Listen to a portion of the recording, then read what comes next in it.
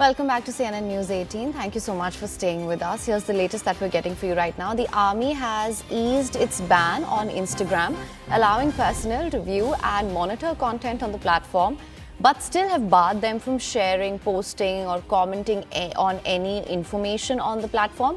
This fresh directive updates the 2020 policy, which had fully prohibited Instagram use, while similar limits continue on apps like YouTube and X. Messaging apps such as WhatsApp, Telegram, and Signal remain permitted with caution, and LinkedIn only for job-related purposes with approval. The order also warns troops against VPNs, pirated software, and anonymous browsing tools to maintain operational security. So this is an easing of a 2020 rule that we're seeing right now. For more on this, we have Akash Sharma live with us. Akash, thank you so much for joining us, of course. What do you think triggered this move?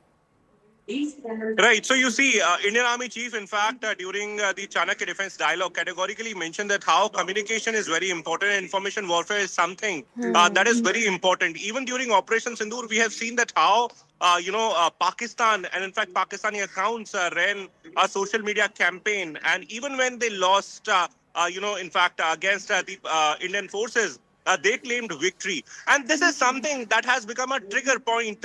Since then, we have been seeing a lot of efforts, even, within the forces, that how information warfare is important. Earlier, too, there was a focus, but this time around, it has been categorically mentioned that forces and, in fact, the Jawans, troops can definitely use social media, but they have to be cautious enough. While using Instagram, for that matter, was earlier not allowed, but now, passive usage is allowed, where you are allowed to see the content, you are allowed to, see any sort of information that is there, but you are not allowed to engage. And also for, platforms like WhatsApp, Telegram, Signal, people within the forces are allowed to use these platforms. But for example, in WhatsApp, they have been categorically, in fact, asked that in case you don't know anyone in any of the group that you are a part of, you should not engage in that particular group, because you should know the identity of each and every individual who is there in that particular WhatsApp group. So this time around, it is some sort of easing, and Instagram has been allowed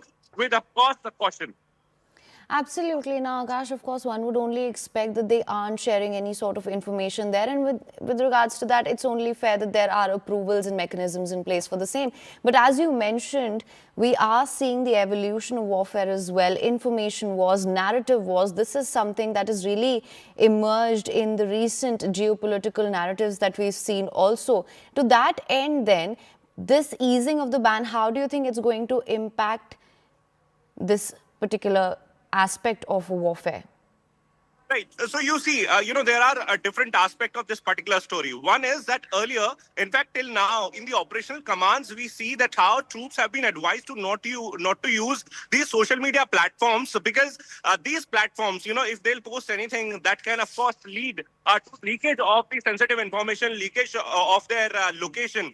And enemy can utilize that particular information. But for this particular order, where Instagram has been allowed, so Indian Army and the officers have somewhere understood that how important and crucial social media is, at this point in time, given that we are seeing a number of conflicts and wars at this point in time. Russia, Ukraine, for that matter, is the biggest example, where we are seeing that one fight is going on the ground, and another one is going on social media, where we have claims and counterclaims from both the sides. So, given that picture, information warfare is important. And as far as Instagram is concerned, so it has been advised not to interact, also because of the fact that you don't know, there are a number of Pakistani-based accounts, in fact, the accounts that have not revealed their actual identity, and they can utilize, their identity, or they can utilize their pseudo information to, in fact, trap you in some sort of, game. And that's the reason why it has been advised to not to interact. You can, of course, see the content. You can, of course, see the kind of, information that is coming on the platform. All right. Well, thank you so much for the latest on this, Akash. Of course,